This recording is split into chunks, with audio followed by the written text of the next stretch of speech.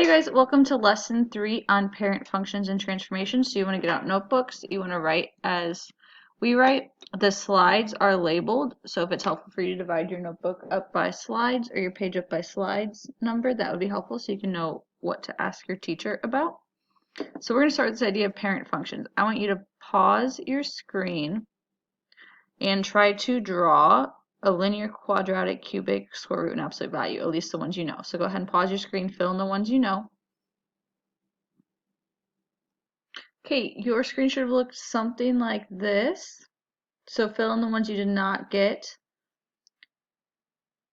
And then you also, we're going to be referring back to this chart. So you want to copy this rules and for transformation of linear functions. The first one we're going to talk about is vertical stretch / compression. So we're going to be looking at how the A value affects parabolas particularly. So when we say vertical stretch, I want you guys to think of someone taking a parabola and they're going to stretch it or pull it vertically. What this is going to do is it's going to make it a lot narrower. So if my A value is greater than 1, it becomes more narrow. What I want you guys to think about with a vertical compression is I press it. I'm making it shorter or wider, so to say. You can't necessarily make it shorter, but it's becoming wider. So we're going to talk about that with these next ones. That when our A value in front of the function is greater than 1, it becomes narrower and it gets pulled up and down. When it's in between 0 and 1, it gets pressed together.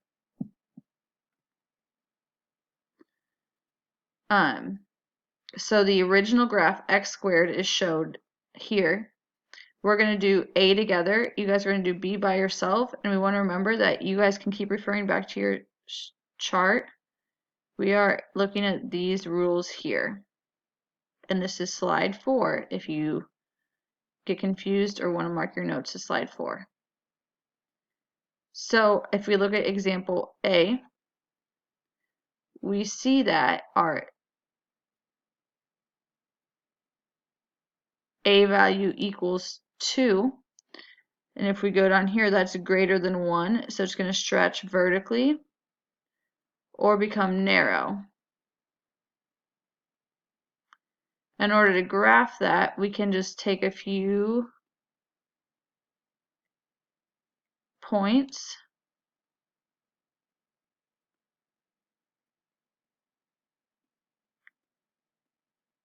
I'm going to take -1, 0, 1, and I'm just going to put that into the function. So 2 times -1 times -1 is positive 2. 2 times 0 times 0 is 0. 2 times 1 is 2. So I have 1, -2, or 1, +2, 0, 0. Sorry, this should be positive. 1, +2. And then if I connect those, we're right that it got more narrow compared to the original graph. I want you guys to pause the screen and do example B on your own. A equals 1/2. So you're going to pause your screen, save it, makes it narrow, wider, and do a little table. Okay, you should have gotten, since A is in between 0 and 1,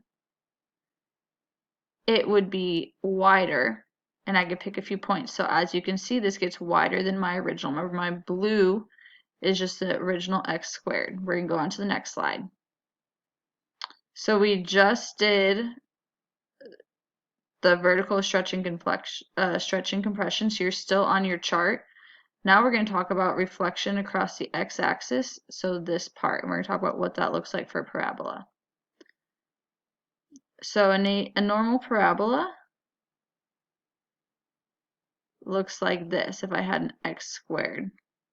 However, if I wanted to reflect it across the x-axis, remember this is the x-axis, it would become flipped downwards.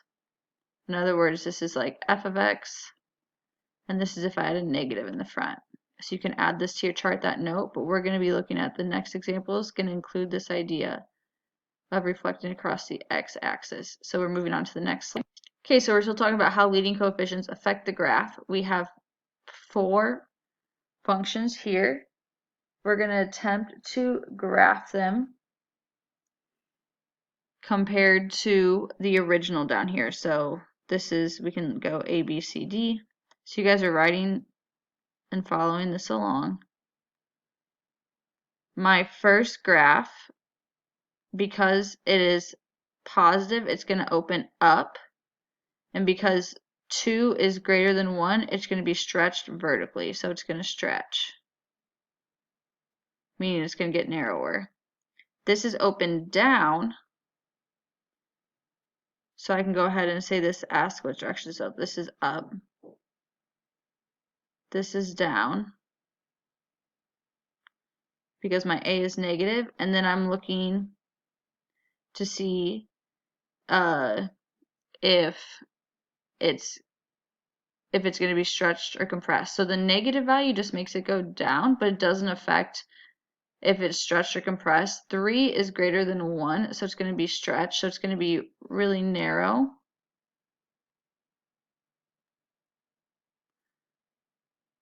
I want you guys to try to predict C and D on your own in terms of if they open up or down. So go ahead, pause your screen, say if C and D open up or down on your own. She should have gotten both these open up because A is positive. And then I'm looking to see if my A value is in between 0 and 1 or greater than 1. So what I see is they're in between 0 and 1, so that means they're going to get compressed and they're going to be shorter, or they're going to be like wider.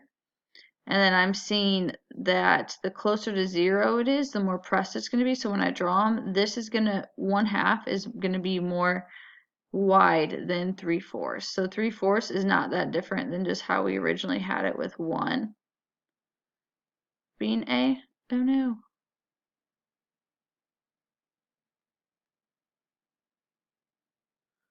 Okay, sorry you guys.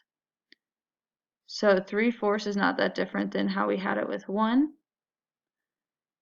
But 1/2 is going to be even wider, and that should be going through 0, 0 still.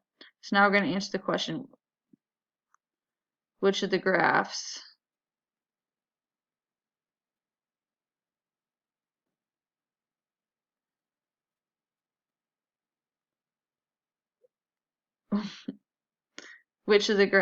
is the widest. So this last one, D, is the widest. The A value is closest, the absolute value of A is closest to 0. And which graph is the narrowest? And that's going to be B, because 3 was the number farthest away from 0. So basically you're asking which one is closest to, which A value is closest to 0 and farthest from 0. This is the closest to 0, this is the farthest from 0. Okay, so we're on to our next topic. We're going to do horizontal and vertical shifts. So if you're on your chart, make whatever notes you want. So first off, shift means to, like, remember if we say like shift left, shift right, if you're like walking or something. Horizontal is if we move right and left. Vertical is if we move up and down. And I want us to notice all of our H's are inside. H is just like the value it uses. So if it's inside, it's going to move right or left. All of our K's are outside.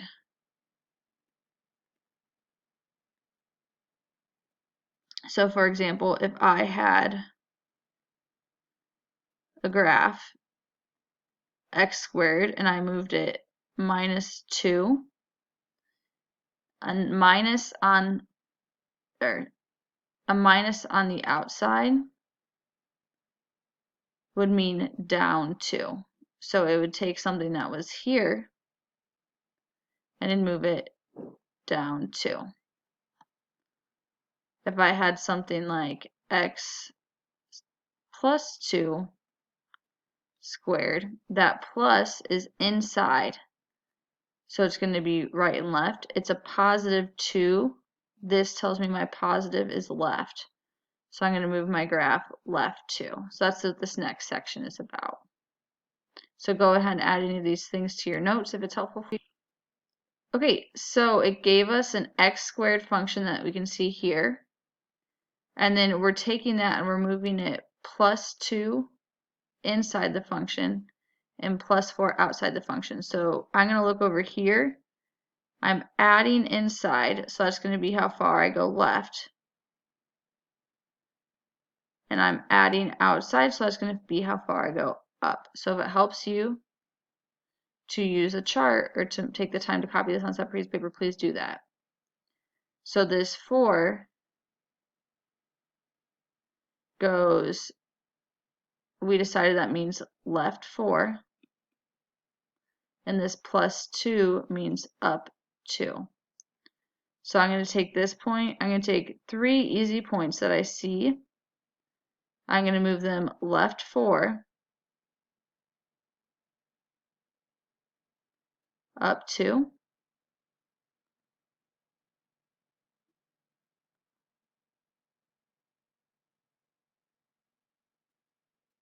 and then this one, 1, 2, 3, 4. So I'd end up with something like this, but hopefully you guys can actually make it go through the graph. So I moved everything left 4 and up 2.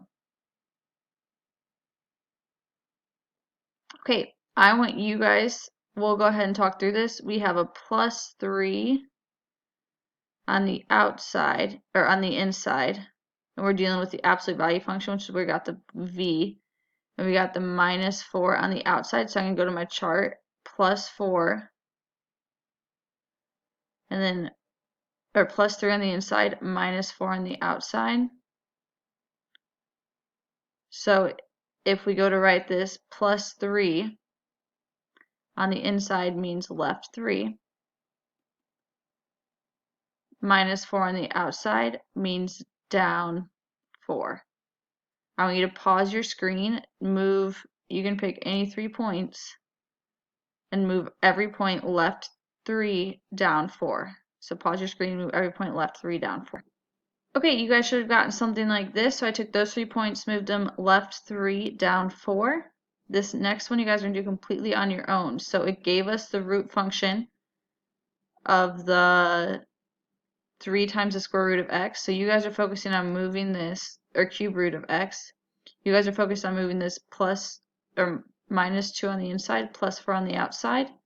So I'm going to think through how does each of those change it, and then I just pick a few points. So all 3 of these points look like good points to move. So go ahead and pause your screen, figure out how those change it, use your chart if you need to, and then move those 3 points. Okay, and it's okay that yours went off a little bit of the graph a bit, but yours should look something like this. So the next part we're going to talk about is reflection. We've kind of already talked about them.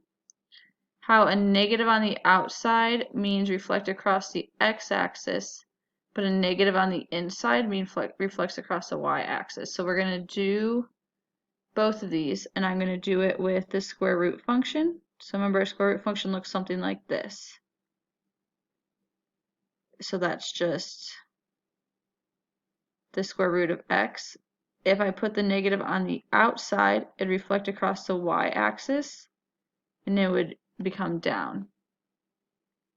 If I put the negative on the inside of the square root function, remember this is our x, y axis.